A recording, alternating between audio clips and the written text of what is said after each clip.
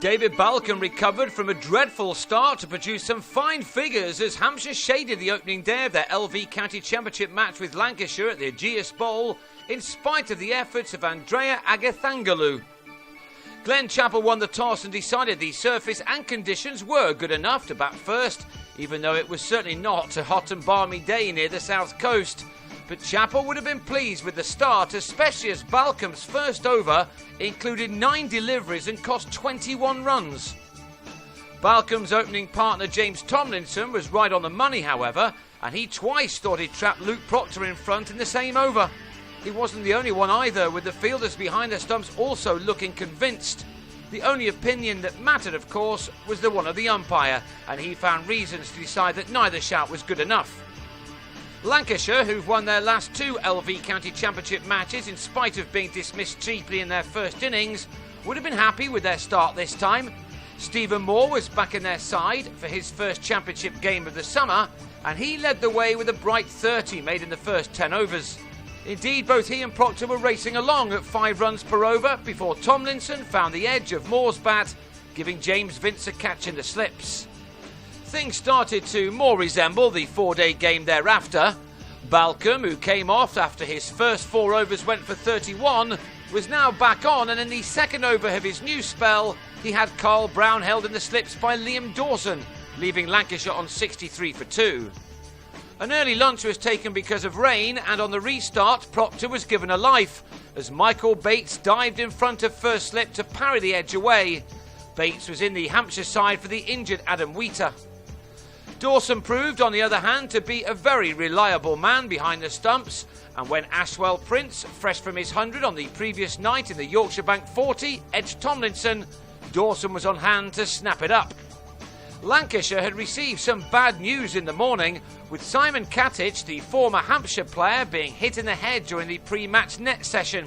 He was sent off to the hospital, leaving it to Proctor and Katich's late replacement, Agathangalou, to take the score into 3 figures.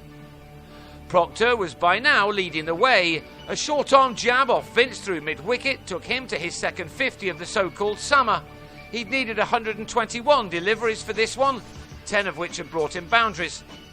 Alas for him, he fell 2 balls later, getting a tickle to give Vince a rare wicket. Proctor departed for a season's best of 53 to leave his side on 115 for 4.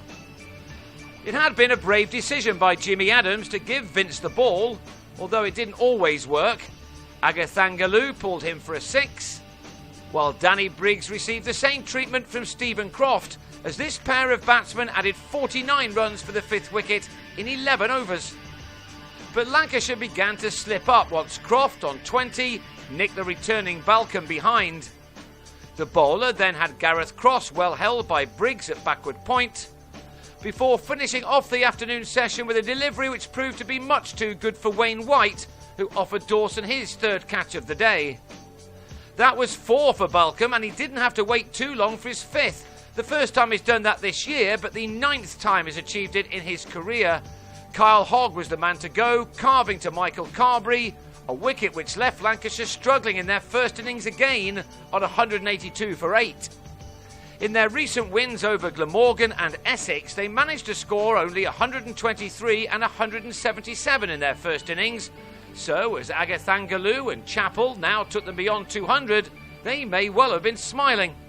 South African Agathangalou's previous best for Lancashire was only 24, not that he's made too many appearances for them. This shot now took him to his maiden championship half-century, one which had occupied 92 deliveries and had included 8 fours and a 6. He got there with this 3 off Balcombe, something of a relief for both him and his team, who would have been really disappointed to lose a man of Katich's experience so late on, especially as he is a man who also knows this ground so well. The good news, incidentally, for Katich was that he was discharged from Southampton General later in the afternoon.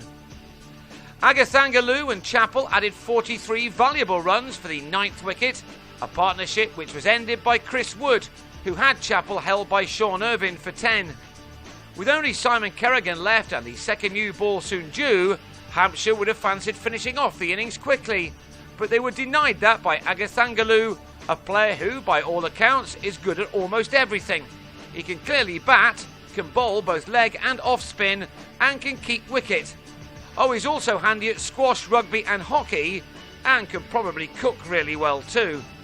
His shot selection and his exemplary timing were the most notable things about this fine knock, which had him closing in on his 100 before rain took the players off, losing 15 overs of the day.